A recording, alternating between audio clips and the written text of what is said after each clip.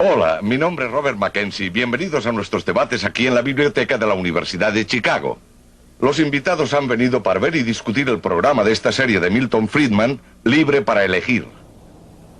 En este programa, él analiza el mercado laboral y el papel de los sindicatos laborales. Este juego nos dará puntos de vista contradictorios, más la respuesta a ¿quién protege al trabajador?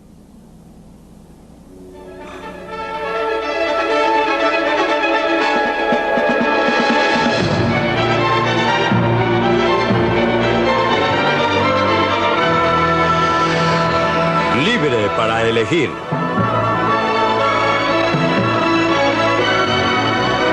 Una opinión personal de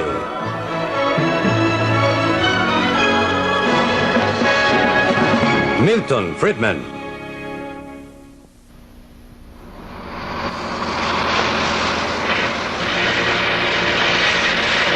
¿Quién protege al trabajador?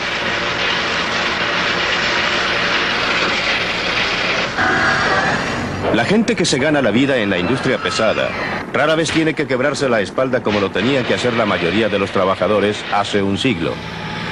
Y sin embargo, ganan mucho más. ¿Qué produjo este mejoramiento? La primera reacción de mucha gente sería probablemente que el enorme progreso de los trabajadores en los últimos 2 siglos se debe a los sindicatos. Pero es obvio, por lo menos para los Estados Unidos, que esto no es cierto. Porque en el siglo XIX, cuando los obreros estaban bastante bien, apenas si existían sindicatos. Incluso ahora, no más de 1 de cada 4 o 5 trabajadores es miembro de algún sindicato. Y los otros no están nada mal, ya que alcanzan el más alto estándar de vida en el mundo. Por supuesto que los sindicatos producen beneficios para sus miembros, pero no son ellos el motor del desarrollo de la sociedad moderna. Más bien son vestigios de una sociedad preindustrial del ayer, del tiempo de las ligas entre artesanos en el medievo, o para volver más atrás aún, del acuerdo entre médicos en Grecia hace 2000 años. De la minúscula isla griega de Kos, la costa de Asia Menor queda a 4 millas en la bruma. Hace 2500 años funcionaban en Kos un hospital y una escuela médica. Trabajaba allí el gran Hipócrates, el fundador de la medicina moderna.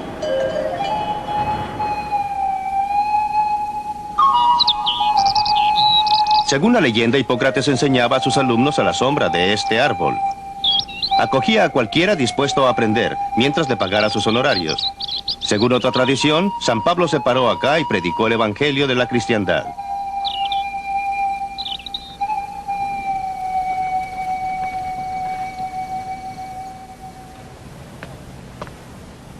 Lo que no es una leyenda es que Hipócrates y sus seguidores encaminaron a la medicina para que llegara a ser una ciencia. Cuando Hipócrates murió a la edad de 104 años, según la leyenda, esta isla estaba llena de cultores de la medicina. Sus estudiantes y discípulos se hacían una competencia despiadada. Unos 20 años después de su muerte, se juntaron todos y establecieron un código de conducta. Lo llamaron el juramento hipocrático, en memoria del que fuera su profesor y maestro. Cada nuevo médico, antes de poder practicar su arte, venía a este lugar, aquí, y frente a estas columnas hacía su juramento. El juramento estaba repleto de finos ideales para proteger al paciente, pero también encerraba una serie de otras cosas. Escuche esto.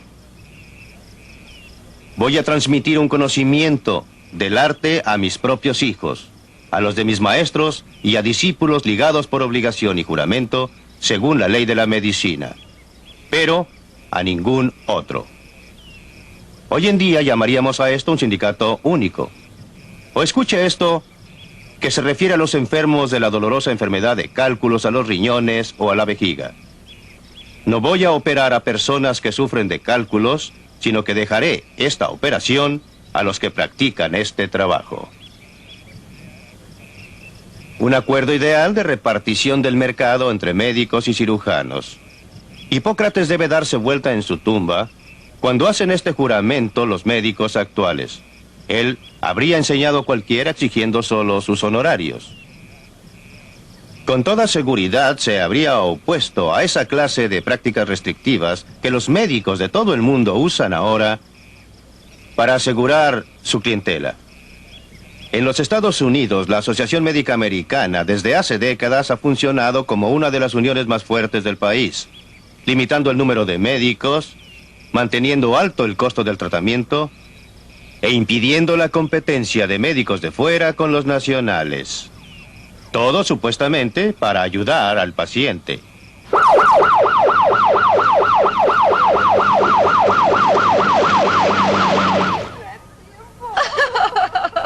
¿Se puede enderezar? ¡Ay, no sé! ¿Siente algo aquí? La tengo sujeta. Cada uno de nosotros puede tener de pronto necesidad de tratamiento médico. Cuando necesitamos tratamiento médico queremos lo mejor, pero ¿quién puede darnos ese tratamiento? Siempre es un egresado de una escuela médica cara que tiene una tarjeta del gremio llamada licencia médica. O podría ser alguien como este señor, un paramédico profesional trabajando para una empresa privada que ofrece asistencia médica de urgencia. Y ojalá que consigamos con esto un bonito contrato. En los Estados Unidos hay muchas empresas de este tipo que ofrecen tratamientos de urgencia. Este equipo de paramédicos forma parte de un departamento de bomberos en California del Sur. Trabajan bien, pero a menudo los médicos locales se oponen.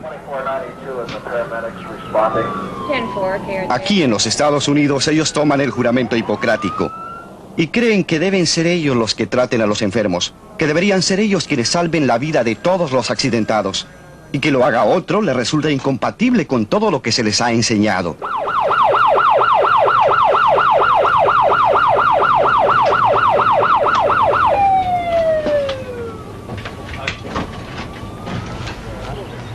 Pero los primeros auxilios, ¿por qué tienen que ser un monopolio de los médicos recibidos? ¿No deberían todos aquellos capaces de ofrecer ayuda efectiva poder hacerlo? ¿Alguien lo vio caer? Estaba tendido aquí cuando llegamos. Es seguro que nadie puede mantenerse en este negocio durante mucho tiempo si no demuestra que hace bien su trabajo. Esto lo sabe muy bien Joe Dolphin. Tomamos unas gráficas de estadística de los resultados de los paramédicos en California. Para darle un ejemplo, en el distrito de California en que trabajamos nosotros, una zona con unos 580,000 habitantes, menos del 1% de los enfermos que habían sufrido un paro cardíaco, alcanzó a sobrevivir y salir del hospital. Cuando empezamos a funcionar los paramédicos durante los primeros 6 meses, el 23% de los casos de paro cardíaco podían ser resucitados y una vez recuperados, dejaron el hospital para volver a sus trabajos. Creemos que esto resulta bastante llamativo y nos parece que los hechos hablan por sí solos. Sin embargo, comunicar esto a la comunidad médica resulta a veces sumamente difícil. Tienen sus propias ideas. Respiración 12 irregular. Eso es correcto, a mí me lo parece. Bien. ¿Cómo sigue allá abajo? ¿Estamos listos? Sí, 10-4. Clave 2, clave 2, clave 2. Las disputas entre miembros y no miembros de un sindicato no siempre transcurren de manera tan decente como entre la medicina organizada y Joe Dolphin. Un día, en 1978, unos trabajadores seguían en su trabajo cargando carbón sobre el río Ohio, en Indiana del Sur, a pesar de que el sindicato de obreros de la mina se había declarado en huelga. Aquella noche, un grupo de sindicalistas armados invadió el lugar. Y entonces incendiaron una pequeña casa aquí al lado del embarcadero. Luego de prenderle fuego al auto del señor Teagarden aquí y tiraron otra bomba incendiaria dentro del tráiler. Otros estaban incendiando camiones disparándole a los neumáticos. Yo había vuelto más allá. Podía escuchar los disparos y el aire que escapaba de los neumáticos. Por supuesto, había tanta gente revolviendo y haciendo tanto daño, incendiando cada vez más cosas. Estaban pasando una gran cantidad de cosas al mismo tiempo. Deberíamos haber estado bien armados y haberles disparado a esa gente, haber hecho algo para impedirle toda esta destrucción. Nunca hubiera creído que un agitador pudiese juntar tanta gente irresponsable para invadir la propiedad de alguien y destruir en forma criminal hasta que lo vi.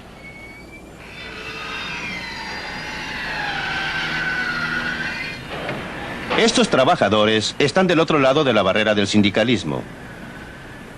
Están construyendo 2 edificios del Seguro Social en Baltimore. En este proyecto del gobierno, cada uno es miembro del sindicato. Su sindicato debe protegerlos contra la competencia de los trabajadores no sindicalizados. Pero algunos constructores del lugar ven un aspecto muy distinto del sindicato único. No creemos que se le deba negar a nadie la posibilidad de escoger. Cualquiera debería poder elegir entre hacerse y no hacerse miembro del sindicato. No por la ley que no se imponga a nadie afiliarse a un sindicato. Cuando usted le dice a un hombre que debe pertenecer a un sindicato o que tiene que hacer esto o lo otro, usted se da cuenta que le está sustrayendo libertades. La libertad de este empresario de escogerme a mí, de hacer negocios conmigo. Cualquier empresa requiere este derecho de poder escoger con quién hacer negocios, y de la misma manera nuestros empleados tienen el derecho de escoger si quieren o no hacerse miembros de un sindicato. En este aviso del gobierno que dice solo personal autorizado, realmente quiere decir solo miembros del sindicato.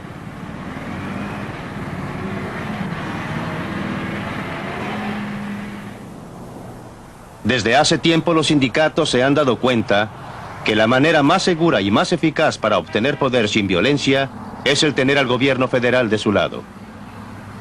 Por eso muchos sindicatos fuertes ubican su sede en las proximidades de la fuente del poder. Los dirigentes de los sindicatos que están ubicados cerca del Capitolio conocen muy bien este lugar. Es la sala asignada a la Comisión de Educación y Trabajo de la Cámara de Representantes. En ella se discute y se formula gran parte de nuestra legislación laboral antes de ser presentada al Congreso. Este tipo de sala la conozco muy bien porque me ha tocado dar a menudo testimonio delante de comisiones del Congreso, y todas las comisiones sesionan en salas como esta. Allá arriba en el estrado es donde toman asiento los miembros del Senado. Por supuesto, detrás de ellos se aglomeran los ayudantes. Como usted sabe, cada uno de los miembros de la Cámara y del Senado tiene como 30 o 40 asistentes. A menudo, en las salas de comisiones, no hay casi nadie fuera de estos ayudantes. Cuando yo comparecía, lo hacía allá, donde presentan su testimonio los testigos. A veces me parecía todo un espectáculo montado solo para los ayudantes, con un miembro de la Cámara o un senador asomándose de vez en cuando para ver de qué se trataba. Esta, por ejemplo, es la sala en que hace poco se llevaron a cabo las audiencias sobre los últimos aumentos del salario mínimo. ¿Quién supone usted que ha venido para ofrecer testimonio en favor del aumento del salario mínimo? ¿Supone acaso que han sido representantes de la gente pobre directamente afectada por el proyecto de ley? Nada de eso. Los principales que vinieron a declarar fueron representantes de la Federación Americana de Trabajadores, la AFL-CIO, la principal y más poderosa organización de sindicatos del país. Difícil que haya un miembro de alguno de estos sindicatos que trabaje por un salario cercano al nivel mínimo. Pese a toda la retórica sobre la ayuda a los pobres, ellos están en favor de un aumento de salario mínimo por motivos diferentes, porque protege a los miembros de su sindicato de la competencia de los que ganan menos y carecen de experiencia.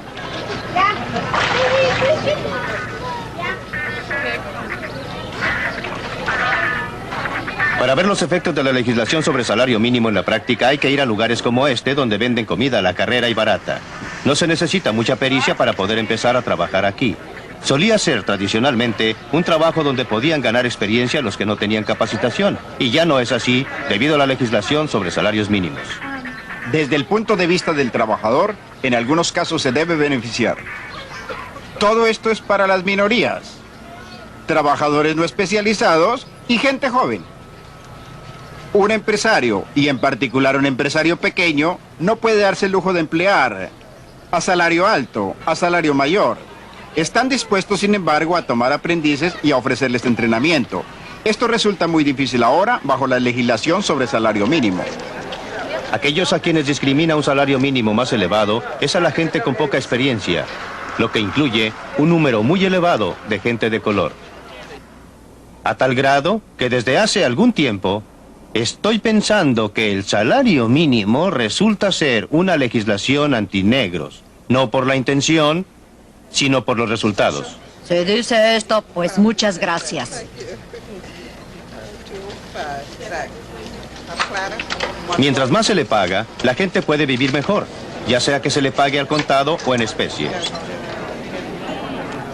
Este es el casino para empleados del Departamento de la Vivienda y Urbanización en Washington, D.C. Esta gente come a precios subsidiados. Como todos los funcionarios del gobierno federal, tienen generosos beneficios adicionales. Además, gozan de garantías en un grado increíble. Resulta casi imposible despedir a un funcionario.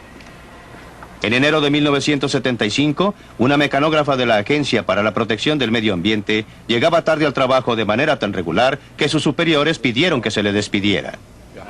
Tomó 19 meses librarse de ella, y esa gráfica de más de 7 metros de largo enumera los trámites para satisfacer todos los reglamentos y los acuerdos de la administración y los sindicatos. Este es un típico cuento de terror. Esto es a lo que se llega. Muestra el número de trámites que hay que cumplir. El procedimiento implicaba al supervisor de la mecanógrafa, al subdirector, al director de personal, al administrador de la sucursal de la agencia, a un experto en relaciones laborales, a un segundo consejero en relaciones laborales, a una oficina especial de investigaciones y al director de la oficina de investigaciones. No hace falta agregar que todo esto, que corresponde casi a una guía de teléfonos, fue financiado por el dinero del contribuyente. En vez de tener un sistema idóneo, hay esto. ¿Quién podría inventar un trabajo mejor defendido que este antes que llegara a su fin?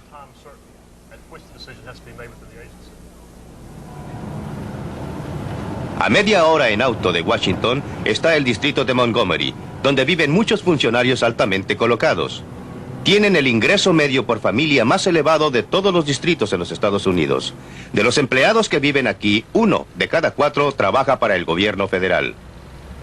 Como todos los funcionarios públicos, tienen la seguridad de su empleo, salarios reajustables según el costo de la vida. Muchos de ellos consiguen beneficiarse además con el seguro social sacando 2 tajadas. Muchos de sus vecinos deben sus ingresos también a la acción del gobierno federal. Si no son miembros del Congreso, son gestores o son ejecutivos de corporaciones con contratos del gobierno. Porque ha crecido el gobierno, es que crece este vecindario.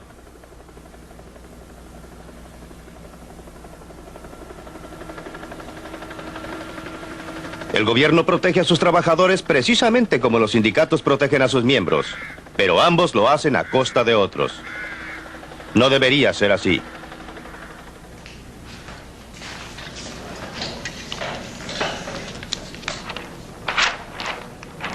Dick Pashley es ingeniero en electrónica, diseña sistemas de memoria para computadoras, trabaja para la corporación Intel, una de las muchas compañías que nacieron al sur de San Francisco, en un lugar que se llama Silicon Valley. Todas estas compañías tienen algo en común. Buscan ingenieros para trabajar en sus proyectos. Yo soy uno de estos ingenieros, así es que por supuesto recibo cartas, me llegan llamadas telefónicas y otras comunicaciones, tratando de convencerme para que me salga de Intel y me vaya a trabajar con ellos. Una de las compañías aquí enfrente, Intercell, es una de las compañías nuevas que están estableciéndose en esta zona y que están a la casa de gente como yo para trabajar con ellos. Lo típico es que ofrecen un sueldo un 30% más elevado, opciones para nuevas acciones, gratificaciones y varias otras cosas para convencerlo a uno de que trabaje en su compañía. Y resulta muy fácil, porque lo único que hay que hacer es cruzar la calle. No es una experiencia traumática en la que haya que salir de una ciudad y mudarse a otra. Es bastante más simple. En un mercado de trabajo libre, cada uno se beneficia. Cuando el mercado está restringido, las cosas se presentan de manera muy distinta. Estos mexicanos se dirigen hacia el lado estadounidense de la frontera. Es muy difícil permitir inmigración irrestricta en un estado que mantiene políticas de bienestar. Una cosa es cuando llega gente que busca trabajo y que no depende sino de ella misma, como fue el caso de todos los ahora ciudadanos durante la mayor parte en la historia de los Estados Unidos. Otra cosa es cuando el sistema de bienestar les ofrece ayuda bajo cualquier circunstancia a expensas de otros. Mire lo que pasa cuando usted trata de interferir con las fuerzas del mercado. Pues hay varios grupos bastante grandes de extranjeros en las faldas del cerro esperando que llegue la noche. Otros grupos están todavía del lado mexicano de la frontera. Van a pasar luego. Tenemos sensores electrónicos enterrados a lo largo de los senderos más usados que nos alertarán cuando los extranjeros vengan cruzando. Entonces nos apostaremos de acuerdo con la indicación del sensor para tratar de cortarles el paso.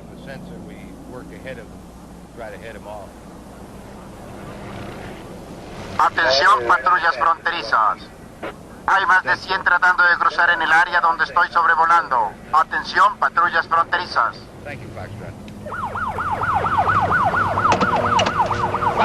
¡Deténganse! ¡Deténganse! ¡Deténganse!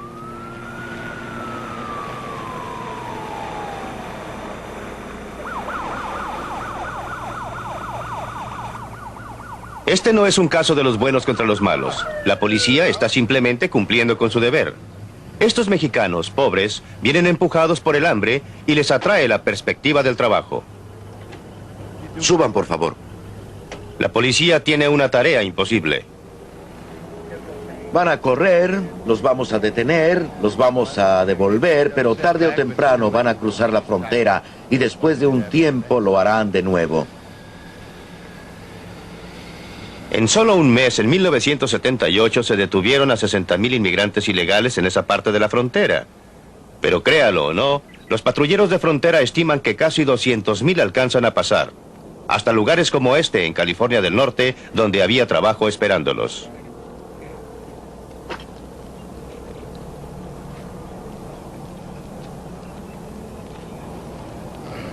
Inmigrantes ilegales de México no son obreros del todo baratos por aquí. Muchos ganan más del salario mínimo impuesto por la ley. Lo consiguen porque los agricultores necesitan muchos obreros adicionales durante el período de cosecha y hay escasez de obreros nacionales.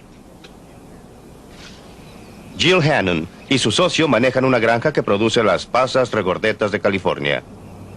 Y hay una legislación en trámite que haría ilegal que los granjeros empleasen a obreros sin documentación. Y según entiendo, multarían a los granjeros con $1,000 por obrero. No me imagino que esto llegue a ser ley. Si se votara, habría un motín de todos los granjeros de por aquí. Resulta que el año pasado había bastante actividad en la zona de Kermit, a unos 24 kilómetros al oeste de Fresno. Muchos de los granjeros se unieron y hasta advirtieron a la patrulla fronteriza que se mantuviera a buena distancia. Y me temo que estaban dispuestos a apoyar todo esto con armas. Estaban muy alborotados porque su situación era desesperada. Necesitaban mano de obra. Les era necesaria. Y la patrulla fronteriza se oponía a dejarlos pasar. La violencia por parte de los empleadores para asegurar la disponibilidad de mano de obra no es más justificable que la violencia por parte de los sindicatos para asegurar trabajo a sus miembros. Pero la violencia es uno de los resultados probables cuando se trata de evitar un acuerdo entre la gente que tiene trabajo por ofrecer y la gente que busca trabajo. Hace 15 años que la economía de Spartanburg, en Carolina del Sur, estaba estancada.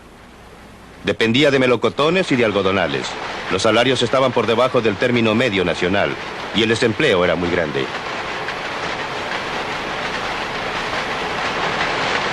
Entonces, dramáticamente, el cuadro cambió. La gente de Spartanburg decidió transformar su ciudad en un centro de comercio libre. Lo hicieron sobre la base de una ley nueva de derecho al trabajo, eliminando muchas restricciones laborales. El Consejo Distrital redujo los impuestos al mínimo.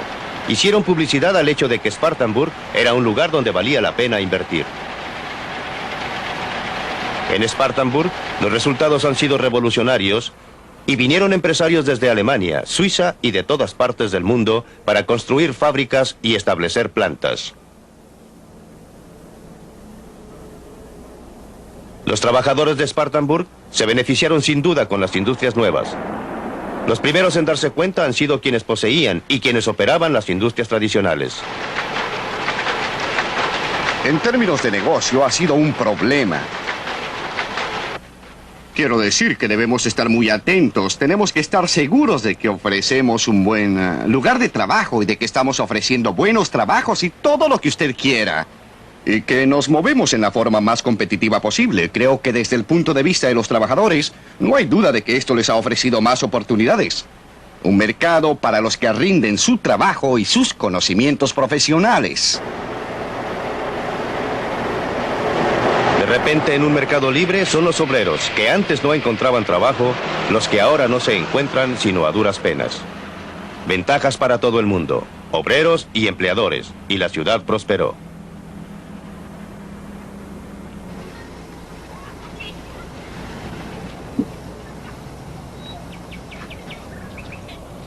Uno de los obreros que llegó a Spartanburg fue el señor Huma.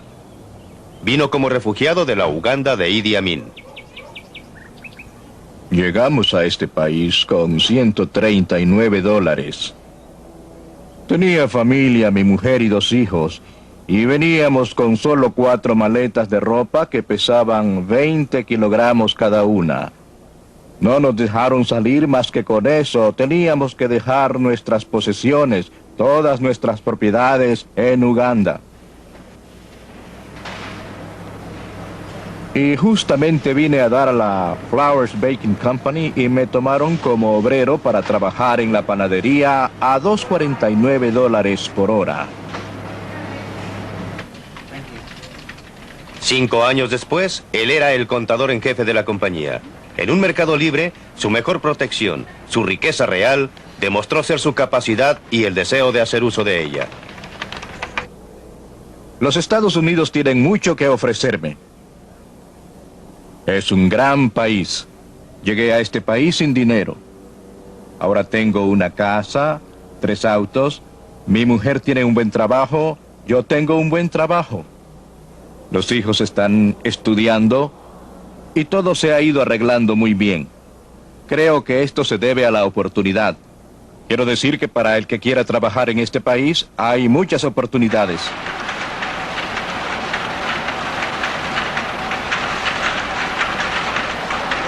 Cuando los sindicatos obtienen salarios más altos para sus miembros, restringiendo el acceso al mercado ocupacional, estos salarios afectan a otros trabajadores, reduciéndole las oportunidades. Cuando el gobierno paga sueldos más elevados a sus empleados, estos sueldos son pagados por los contribuyentes.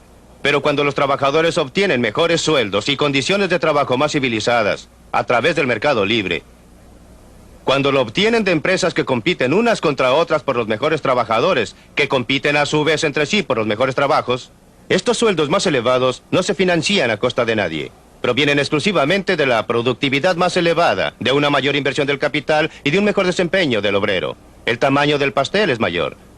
Hay más para el obrero, pero también hay más para el empleador, el inversionista, el consumidor e incluso para el contribuyente. De esta manera, un sistema de mercado libre distribuye los frutos del progreso económico entre todos ellos. Esa es la esencia de la edad del obrero. Libre para elegir.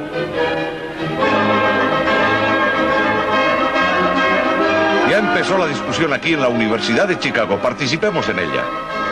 Pues nosotros hemos estado intentando un sistema de mercado libre sin sindicatos. Lo probamos en los años 20 y hasta en los años 30 y llevó al mundo al mayor desastre económico de los tiempos modernos, pero no creo que estemos hablando aquí del mercado libre en sí o de sindicatos en sí. Estamos hablando de mercado libre con o sin sindicatos obreros. Y un sistema de mercado libre sin sindicatos es un desastre. Oigamos las opiniones de otros miembros del grupo sobre esto. ¿Es el sistema de mercado libre como propone Milton Friedman y no los sindicatos obreros lo que mejor protege o mejor sirve a los intereses del trabajador, señor Walter Williams? Bueno, me parece claro que los sindicatos obreros sirvan a los mejores intereses de los trabajadores agremiados, a expensas de los trabajadores que han sido excluidos de los sindicatos. Ernest Green. No hay sociedades democráticas sin sindicatos obreros. Y creo que para cualquier país democrático es esencial el derecho al trabajo, el derecho de organizarse, y creo imprescindibles, si queremos mantener un país democrático, estas libertades. El derecho del obrero a organizarse es un objetivo básico que todos tenemos que mantener. Brady. Si estos derechos son tan vitales, ¿por qué hay tantos miembros que están dejando los sindicatos? ¿Por qué están perdiendo tantos inscritos? ¿Por qué los sindicatos están perdiendo tantas elecciones de descalificación? ¿Por qué el número de miembros de los sindicatos bajó tan vertiginosamente del 23% de la fuerza laboral a donde está ahora, menos del 18%. Todo depende de qué datos toma usted, pero los obreros no dejan los sindicatos por oleadas. Los sindicatos no disminuyen vertiginosamente. El mío, la Unión de Trabajadores del Acero, los sindicatos principales y muchos sindicatos chicos están muy activos en trabajos de organización y están creciendo. La composición del trabajo en la sociedad está cambiando. Tenemos algunos empleadores, como lo vimos en la película, que lo que quieren hacer es precipitarse hacia el sur y tratar de ubicarse en un ambiente antisindical e invertir su dinero en la prosperidad del sur en vez de la del norte. Donde se invierte dinero es donde va a haber prosperidad. Y también hemos visto a un grupo de funcionarios del gobierno y empleados de servicio donde veíamos empleadores en esta película que se quejaban del salario mínimo de $2.90 la hora. No sé si al invertir usted dinero en cualquier negocio deba salir ganando. No creo que pueda dar esto por supuesto, o sea que me parece que está manejando una premisa que no es correcta. La pregunta de fondo que estamos discutiendo es, ¿quién protege al trabajador? ¿Es el sindicato obrero o el mercado libre lo que mejor sirve sus intereses? Bueno, por la evidencia que yo tengo de varios proyectos de investigación en los que yo he trabajado, creo que a menudo los sindicatos protegen a sus miembros a expensas de gente en situación desventajosa. Y es una cuestión muy interesante, esa de que los sindicatos en todos los tiempos han estado discriminando contra toda clase de gente y en favor de una clase particular de trabajadores.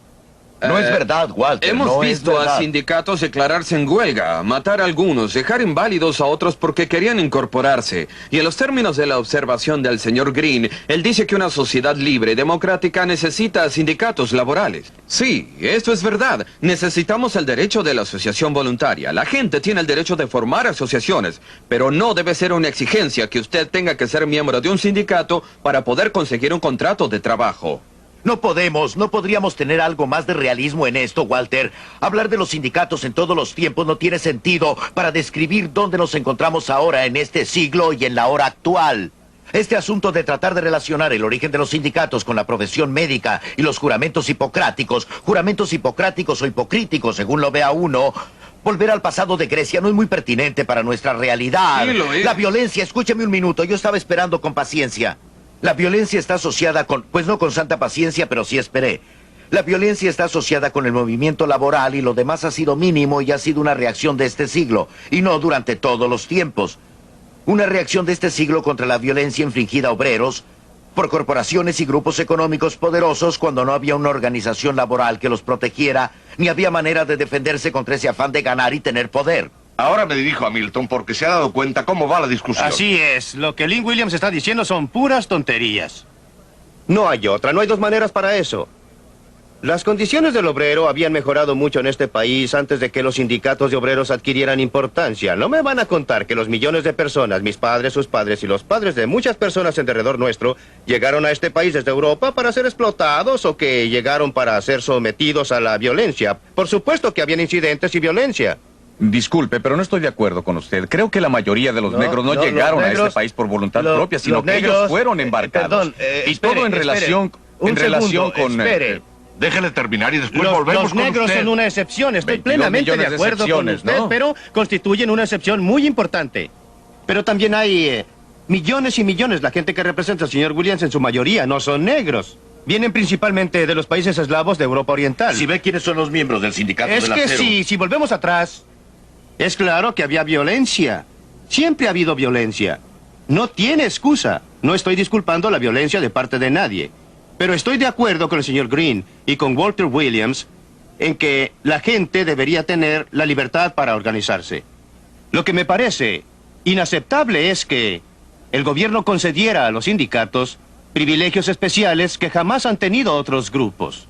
Cuando los sindicatos recurrieron a la violencia en conflictos industriales, no han estado sujetos a iguales sanciones que la gente común y corriente. Cuando los automóviles han sido volcados en un conflicto laboral, ¿cuántas veces se han impuesto las penas carcelarias? El doctor Friedman y Walter Williams vuelven atrás en la historia y miran la situación cuando los Estados Unidos era un país vacío, cuando no teníamos nada parecido a la compleja economía industrial que tenemos hoy en día, cuando teníamos una economía mucho más agrícola y rural.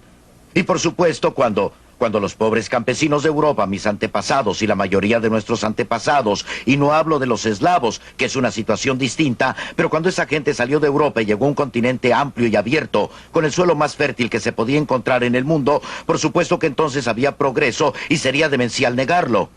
Pero cuando esto se desarrolló, cuando aumentó la población y cuando nos transformamos en una economía industrial mucho más sofisticada, llegamos a la situación de los años 30. Y antes aún, hacia fines del siglo, con el aumento de la especialización, el movimiento laboral no surgió por casualidad. No nació sin que hiciera falta. Los resultados de tanto avance, a pesar de toda la riqueza que tienen los Estados Unidos, los resultados de este desarrollo era que mucha gente trabajadora no obtenía nada digno de la parte que en este progreso debía corresponderle por las leyes, o por la civilización, o por lo que fuera. Según usted, en un mercado libre de trabajo, todos se benefician. ¿Quiere decir que estaría a favor de la eliminación de toda restricción a la inmigración? La situación de las restricciones de inmigración está ligada al sistema del bienestar como política del gobierno. Como digo en la película, yo estaría en favor de la inmigración totalmente libre en una sociedad que no tenga un sistema público de bienestar. Con un sistema de bienestar como el nuestro, usted se encontrará con gente que inmigra para tener acceso al bienestar público y no para obtener empleo. Usted sabe, y es muy interesante, puede preguntarle a cualquiera. Antes de 1914, los Estados Unidos no tenía restricciones de inmigración. Estoy exagerando un poco, ya que había algunas restricciones para los orientales, pero en general la inmigración era libre. Si le preguntamos a alguien, a cualquier historiador o economista norteamericano, si esto fue bueno, todos dirán que sí, que fue extraordinario cuando teníamos libre inmigración. Si le preguntamos a alguien hoy día si deberíamos tener libre inmigración, todos o casi todos contestarán que no. ¿Cuál es la diferencia? Creo que solo hay una diferencia. Cuando teníamos libre inmigración, los inmigrantes venían a trabajar y se beneficiaba a todo el mundo. La gente que ya estaba aquí se beneficiaba porque conseguían trabajadores adicionales, trabajadores que podían trabajar con ellos, mejorar su productividad y les permitía desarrollar, aprovechar mejor los recursos del país. En cambio, hoy día, en que existe un sistema que implica una garantía gubernamental de ayuda en caso de necesidad, está confrontándose con un problema muy real. Sí, eso es verdad. Por eso, hoy en día, bajo las circunstancias actuales, usted no puede, desgraciadamente, tener libre inmigración. No porque la libre inmigración tuviera algo de malo en sí, sino porque tenemos otras políticas que hacen imposible dejar libre la inmigración. Bueno, me gustaría tener otras opiniones. ¿Hay posibilidad de abrir la puerta al mercado laboral internacional, Bill Brady? Yo diría que sí, si los otros abriesen la puerta para nosotros. Creo que no solo la puerta del mercado laboral, sino la puerta para todos los mercados debía estar abierta. Es decir, los mercados de productos. Lo que yo pienso de los obreros, sin documentos, o de los mexicanos, se encuentra escrito al pie de la Estatua de la Libertad, y creo que la gente debe tener el derecho de llegar a este país. Ahora bien, ¿usted sabe qué dirían? Habría gente que diría que los inmigrantes aumentan nuestro gran problema de desempleo. Y eso lo señalé diciendo, esta es la misma retórica que los irlandeses emplearon cuando los negros iban hacia el norte, y nos usaron como chivos expiatorios. Y nos dicen, hagan que esa gente se vuelva donde vino para que los nuestros puedan tener empleo. También los sindicatos han estado haciendo esto, llamándoles pestes, rompehuelga, etc. Así es que no deseo que los mexicanos lleguen a ser los nuevos chivos expiatorios de nuestros problemas nacionales particulares. El problema no está en ellos y nuestra nación se beneficia, en la medida que esta gente venga aquí a trabajar. Y en la medida que incluso es favorable que permanezcan como extranjeros ilegales, en vez de extranjeros legales que tendrían acceso a nuestros programas de bienestar, así que no queremos que ellos sean legales. Yo no creo que este país deba admitir que un grupo de trabajadores se mantenga fuera de nuestro encuadre legal y de nuestra protección. Y mientras haya trabajadores atraídos por los Estados Unidos y su estándar de vida, yo creo que el salario mínimo juega un papel en ese contexto como parte de esta atracción. Pero me parece que traer a obreros sin documentos y sin ofrecerles los medios de protección, me parece que nos lleva a tener que preguntarnos si no debíamos ofrecer amnistía a estos conglomerados de obreros que han estado viniendo durante un periodo de tiempo de 3 o quizás 4 generaciones. Tenemos que asegurarles los mismos derechos y la misma protección que a todos los otros trabajadores. Así como están las cosas, un gran número de ellos está viviendo al margen de las leyes y de los estatutos vigentes en esta nación. Así es, y lo trágico de la situación, como lo hace ver Walter Williams, es que mientras sigan sin documentos e ilegales constituyen un beneficio neto. La nación se beneficia y ellos también. No estarían aquí si no fuera así. La tragedia está en que ahora que tenemos estas otras políticas y los convertimos en residentes legales, ya no resulta claro que salgamos beneficiados. Ellos pueden ser los que se benefician, pero no nosotros. Lo que Lee Williams dijo anteriormente no refleja bien una vez más lo que está pensando. El impulso mayor para el movimiento sindical vino después de la Gran Depresión de los años 30. Esta Gran Depresión no fue un fracaso del capitalismo, no fue un fracaso del sistema del mercado privado, como lo demostramos en otro programa de esta misma serie. Fue un fracaso del gobierno. No fue el caso de que de una manera u otra, una baja general en las condiciones de la clase obrera produjera una gran ola de sindicalismo. Al contrario, los sindicatos nunca habían contado con más de 1 de cada 4 o 5 de los trabajadores en los Estados Unidos. No fue debido a los sindicatos que el trabajador se beneficiara. Se benefició a pesar de los sindicatos. Se benefició porque habían más oportunidades, porque había gente dispuesta a invertir más dinero, porque había una oportunidad de trabajo para la gente de ahorrar y de hacer inversiones. Esto sigue siendo igual hoy día. Usted dice nosotros tenemos que ofrecerles algo a todos. ¿Quiénes son nosotros? ¿Cómo quiénes? Nosotros. Sí, nosotros. ¿Cómo lo hacemos? Y nosotros, la gente, les ofrecemos la protección asegurando su bienestar y códigos de seguridad ocupacional que protegen el ambiente donde ellos trabajan. Esto asegurando que tengan derechos civiles para proteger sus personas y asegurando que tengan leyes de libertades civiles para protegerlos más allá. Nosotros les estamos ofreciendo esta protección. ¿Por qué vienen por aquí si les resulta tan malo? Ellos no tienen por qué hacerlo. ¿Por qué no nos da una imagen de por qué esa gente viene aquí? No los traemos ordenados. Esta es una de las naciones más ricas en el mundo. Y entonces, ¿por qué no habla de protegerlos? ¿Por qué dejó Little Rock en Arkansas para irse a Filadelfia? Contésteme. ¿Por qué no tiene la amabilidad de dejar que termine? En primer término, déjeme decirle lo siguiente. Hay unas cuantas cosas básicas que debemos saber. Para decir 5 cosas más y no nos podemos demorar toda la tarde. Los sindicatos y los salarios mínimos no pueden mejorar las condiciones de los trabajadores en este país. Lo logramos día a día. Estamos mejorando las condiciones de la gente trabajadora. Lo que puede resolver los problemas de Bangladesh lo puede transformar en países ricos pidiéndoles que se organicen en sindicatos como nosotros. No dije eso, no dije nada ni remotamente parecido. Está usted equivocado completamente. Vuelvo a mi pregunta inicial. ¿Por qué tanta gente está abandonando los sindicatos? No se salen muchos de los sindicatos. Pero sí, le di las estadísticas. Si usted piensa que yo, ¿qué porcentaje son los que obtiene? Yo vivo dentro del movimiento laboral. ¿Tiene usted por otro porcentaje? Vivo dentro del medio sindical y sé algo de sindicalismo. Por supuesto que me pagan y no me parece objetable. No, a mí tampoco. Por lo menos hace unos minutos conseguimos que hablara del movimiento laboral del siglo actual. Y estoy de acuerdo con la observación que hizo. Estoy de acuerdo con la observación que hizo sobre el desarrollo del sindicalismo industrial y que el movimiento sindical se produjo en los sucios años 30 y la depresión y que esencialmente ha sido un movimiento de la industria. Pero me pregunto si, cuando escucho su comentario sobre los sindicatos y las prácticas restrictivas y la restricción del acceso a la industria y todo esto, sinceramente, sin querer faltarle al respeto, pero sinceramente yo me pregunto... No se preocupe por faltarme al respeto, ya me acostumbré. Me pregunto sinceramente si entiende cómo opera el movimiento sindical en la industria, la parte más reciente del movimiento sindical, cómo opera en realidad. Nosotros no decimos a nadie a quién debe emplear.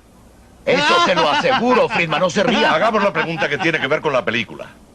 El salario mínimo, que es una forma de intervención del gobierno, ¿ha operado en favor de los pobres y en favor de la clase obrera en general? Ya sé que usted se ha ocupado de esto desde hace tiempo. Bueno, por lo menos desde el punto de vista de los adolescentes, en particular los adolescentes menores, la ley del salario mínimo destruyó varias de las posibilidades de empleo.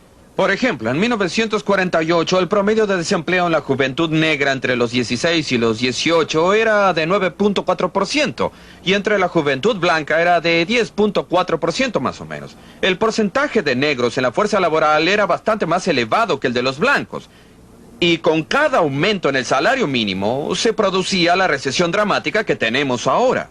Y por eso la ley del salario mínimo tiene el efecto que podría traducirse en que el que no puede rendir $2.90 en productos por hora no merece el empleo. Es solo el salario mínimo lo que hay que tomar en cuenta. Pero también la reubicación de muchas compañías. Debe mirar el desplazamiento de la gente. Pienso que usted no debe hacer eso. Bueno, tomemos la reubicación de las compañías. Pues bien, se encuentra la misma tasa de desempleos de negros y blancos en los suburbios que en las ciudades.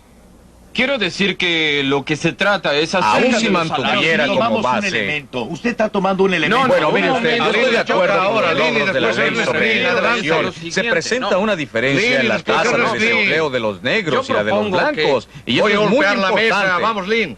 Bueno, usted está tomando un elemento de años atrás cuando la situación era completamente diferente de la de hoy y saca Salario mínimo, conclusiones. eso es No, lo diferente. no. Hay muchas otras cosas que son diferentes. El enorme desplazamiento de la gente de color desde 1948. No puede borrar eso olímpicamente. No puede decir Los que no puede blancos atribuirlo también al se salario desplazaron. mínimo. Eso usted lo sabe muy Esperen, bien. quisiera que se aclarara ese punto. ¿Ha servido el salario mínimo a los intereses de la clase trabajadora de este país? Creo que no hay duda de que la gente trabajadora de este país estaría en bastantes peores condiciones que hoy en día. La juventud de este país estaría peor de lo que está si no tuviéramos el salario mínimo. Bien, ahora Bill Brady, ¿usted qué opina? No, yo por Los salarios mínimos es buena idea o no. Para usted, ¿qué es industrial? No, es una mala idea. Es evidente que es una de las peores cosas que podamos hacerle a nuestra juventud. Les impedimos ¿Cuántos que... niños tiene usted? ¿Cuántos tiene? Tengo 2. No tiene importancia cuántos niños tenga. El salario ¿Cómo no? mínimo... Pero sí, queda bien. El salario mínimo no afecta a su ninguno de los industria. afiliados. Pero por favor, El el salario mínimo no afecta a ninguno de los afiliados. Si hemos apoyado la legislación sobre el salario mínimo en este país, no es simplemente con miras a resguardar nuestros Señores, por favor. Por supuesto que no lo hemos hecho con ese fin. Somos un organismo del El pueblo. conductor le ha dado la palabra a Milton. Yo estaba diciendo que creo que no hay nadie de los miembros de su sindicato que haya sido afectado por el salario mínimo. Tienen Esa es una remuneraciones deducción. superiores a lo que... Usted dice que es un organismo al servicio del Somos público. un organismo que del representa a pueblo. los trabajadores, y si no está representando los intereses de los trabajadores, debería despedirlo. Eso no es Usted está diciendo que actúa en contra del interés de sus trabajadores y a la vez les dice a ellos, no estoy haciendo el trabajo por el que me por pagan. favor, esto es simple sofisma. Yo no estoy... No hay ningún sofisma, no estoy hablando de Yo solo representar trato de- los intereses de los trabajadores. Nuestra unión representa a mucha gente. Sí, Y efectivamente. algunas de esas personas son, como probablemente usted sabe, quienes trabajan en las grandes Así es. fundiciones. Pero también salimos a organizar a los trabajadores y ganamos votos de los afiliados a pesar de los comentarios de Bill Brady al respecto. Y ya hay muchos que son trabajadores afectados por el salario mínimo. Y como resultado hemos logrado elevarlos por sobre el salario mínimo. Sí, el punto es que todos deberíamos reconocer que los sindicatos en los Estados Unidos apoyan el salario mínimo y gastan millones y millones de dólares en juntas para la ley del salario mínimo. Y lo hacen muy, pero muy concienzudamente y en nombre del pueblo. Ahora bien, en Sudáfrica, los sindicatos son más honestos. Esto es, los sindicatos racistas blancos dicen, nosotros apoyamos los salarios mínimos y sueldos iguales por trabajos iguales para proteger el empleo de los blancos. Es decir, para proteger el empleo de los blancos de la competencia barata. ¿Está usted insinuando, Walt, que No, somos no estoy racistas diciendo blancos? eso. Estoy diciendo que no tiene importancia la intención. Son los resultados. Son los La palabra la resultados. tiene Ernest. No todo el mundo tiene que estar de acuerdo con todo. Claro que no. No, tienen buenas razones para apoyar el salario mínimo. ¿Cuál salario? El grupo que representan, sí, claro. representan la clase media negra. No representan a los negros pobres de la La calle. NAACP quizá tenga Y le tantos pertenece socios a como ella, usted, la sí le FLCIO, pertenecen a soy ella. el dueño. orden. La FLCIO es la dueña. Orden, Este es orden. el punto de vista No, conservador. Orden, voy a darle la palabra a Milton ahora. Claro que ¿Está sí, usted hombre, diciendo entonces que apoya la derogación de la legislación sobre salario mínimo? Por supuesto. ¿Lo haría? Por supuesto que lo haría. Yo, por mi parte, Claro que quisiera sí. preguntarle a Ernest y a Lynn, ¿por qué quieren circunscribir el precio mínimo a los salarios? ¿Por qué no me dan un precio mínimo para los productos que manufacturamos? Si bien entiendo, no estamos aquí para discutir sus problemas como propietarios. Existe una diferencia, Bueno, porque un ustedes, mínimo de según ganancia. presumo, son los que están tan ansiosos de lograr un sistema de No, libre no, mercado no, y de no. competir entre ustedes y de todo lo demás. Mire, yo Nosotros hablamos de las necesidades de los trabajadores y estamos hablando de las necesidades de las personas que llegan a una sociedad que no les proporciona suficiente empleo, que parece no ser capaz de proporcionárselos en la medida necesaria. Creo que la noción de que de alguna manera, dejando que cada uno de los que tienen puestos de alimentos o algo parecido, dejando quien sea que explote a la gente joven de esta nación, como quiera y que les paguen tan poco como les dé la gana, todos podrían trabajar, todos encontrarían un empleo, pero eso es completamente absurdo. Quisiera llevar a Milton a una de las etapas finales de su película, la parte sobre Spartanburg, Carolina del Sur. Y quisiera saber a qué conclusión ha llegado al respecto. ¿Quisiera usted, en efecto, ver a todos los Estados Unidos transformados en un Spartanburg con mayúsculas? Sí. ¿Y qué es lo que significaría todo esto? Significaría una mayor oportunidad para todos. Significaría una oportunidad para empleadores en todas partes, para competir entre sí en busca de trabajadores. Significaría una oportunidad para los trabajadores de encontrar empleos que puedan mejorar la utilización de sus especialidades. Significaría que los consumidores podríamos obtener mejores productos a menor precio. ¿Sabe? Los consumidores también toman parte en esta situación. Deberían pensar de una manera u otra. Uno de los misterios para mí es que si el salario mínimo de $2.90 ayuda a la gente, ¿por qué no le ayudaría mejor un salario de $6? Porque esta gente no pide un salario mínimo de $200 y todo lo que hubiera que hacer para construir una nación serían $200 la hora. Milton. Sí, y que abarcara también a las niñeras, ¿no? Y para mejorar la suerte y las condiciones de las personas, solo es necesario decretar un salario Volvió más al tema alto. de salarios mínimos. Yo quiero saber cómo Spartanburg... Sí, bueno, Spartanburg mejoraría las cosas ya que introduce un mayor radio de competencia y lo que realmente protege al trabajador es la existencia de alternativas de empleadores interesados por sus servicios, como las alternativas de vendedores que protegen al consumidor. Milton, usted omitió otra cosa que se lograría, y es que se produciría un aumento sustancial en inversiones de capital. Efectivamente, así sería. ¿Y el capital es otro mejor amigo de nuestro trabajador? Claro. Esto es solamente para decir ciertamente que todos se beneficiarían. Esto es solamente para decir que una economía activa, una en que haya inversión, desarrollo y lo demás, es una economía buena para la clase trabajadora. Creo que se lo decimos a la FLCIO por lo menos una vez al mes sin parar. Pero no hay cosa que nos interese más que el tener una economía activa que funcione. La pregunta es cómo lograr eso. Yo sugiero y creo que hay argumentos siempre para lo que querramos discutir acerca de que la prosperidad que tenemos en Norteamérica hoy en día es porque los movimientos laborales han hecho enormes... El movimiento laboral ha contribuido enormemente a eso. Y de no haber existido el movimiento laboral, de no existir el salario mínimo, este país no sería tan próspero y tan brillante en sus... Espera un momento. Quisiera escuchar reacciones a eso. Él citó el caso de lo que habían logrado los sindicatos. ¿Acepta usted alguna parte de esa declaración?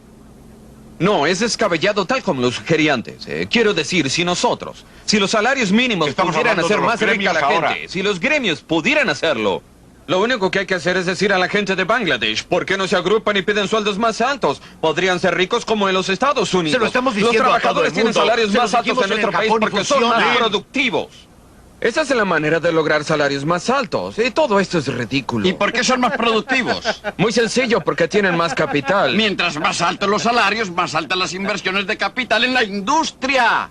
Y porque existen consumidores que compran y que tienen salarios que les permiten sin entrar inversión en el de mercado capital no tendría el salario ni la forma de pagarle sin inversión de capital. Dinero, no habría mucha No habría prosperidad. forma de pagarle sin inversión. Ernest Bean, ¿cuál es su respuesta? Yo mantengo mi opinión inicial. Es un prerequisito de una sociedad democrática la sindicalización. Tener organizaciones registradas, trabajadores que se unan en beneficio mutuo y asociaciones sin ese grupo, me refiero a sindicatos como el de los porteros de los coches dormitorio a Philip Randolph.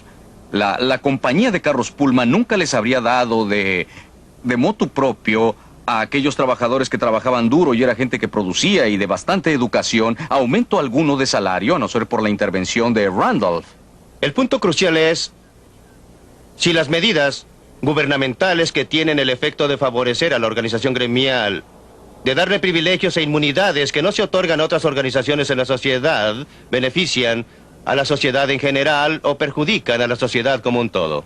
Lo que intenté proponer en esta película fue que la fuente de prosperidad de esta nación fue la libertad de empresa, la libertad de empleador para contratar, la de los trabajadores de trabajar para quienes prefieran, y en la medida en que los sindicatos cumplen su papel de proteger al trabajador a expensas de otros y han retrasado la prosperidad de esta nación. Creo que la opinión contraria de Lynn Williams no es aceptable ni atendiendo la evidencia empírica ni otra que tuviera.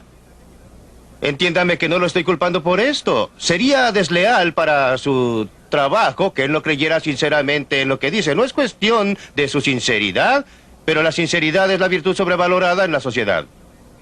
El hecho es que no existe evidencia que demuestre que ni los sindicatos ni los salarios mínimos hayan significado una contribución positiva en favor de esta nación. Algunos sindicatos sí. Por supuesto, algunos han hecho mucho daño. Esto no es un asunto en blanco y negro en el que se pueda opinar en forma categórica. Por lo general, el crecimiento en forma categórica. de esta nación lo hago. La opinión categórica que doy es que la prosperidad de este país se deriva fundamentalmente de la libre empresa, de la libre contratación, del libre empleo y trabajo, no de las medidas restrictivas impuestas por los gremios. Por favor, sean breves. Ernest. Y yo diría que la intervención del gobierno federal fuerte, financiada por los empleadores, los tipos de protección, los niveles de salarios y las condiciones de salud son las exigencias de este gobierno para la protección del pueblo, porque la historia ha demostrado que eso no ha ocurrido. Y en el caso de Spartanburg, Carolina del Sur, le reitero que si hay una razón por la que se logra una recuperación para atraer firmas de Suiza y de Alemania, es en primer lugar porque tenemos un gobierno fuerte que proporciona protección para todos los ciudadanos, lo que hace 15 años no ocurría. La libertad económica, a mi juicio, no debería sufrir ninguna contracción. Creo que estos dos caballeros piden que se contraiga al sostener el salario mínimo. Piden, creo que Linnie Williams, que se mantenga el acta Davis-Bacon. No creen, me parece, que las libertades son interdependientes e indivisibles. Existen libertades, está la libertad económica, la libertad de prensa, libertad para reunirse, hay libertad religiosa y ustedes piden que se restrinja la libertad económica. Cuando hacen eso, perjudican a las demás libertades que tenemos. Y si se hace tanto como nosotros lo estamos haciendo hoy en día en este país, corremos el riesgo de perder todas nuestras libertades. Y ahora dejamos esta animada discusión y espero que podamos estar juntos de nuevo en Libre para Elegir.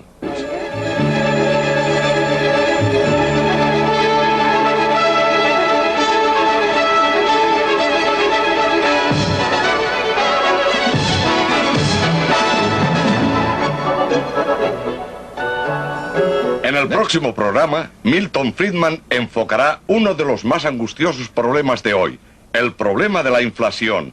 Existe una manera de afrontarlo. Si es su deseo conocerla, no se pierda Libre para Elegir la próxima semana.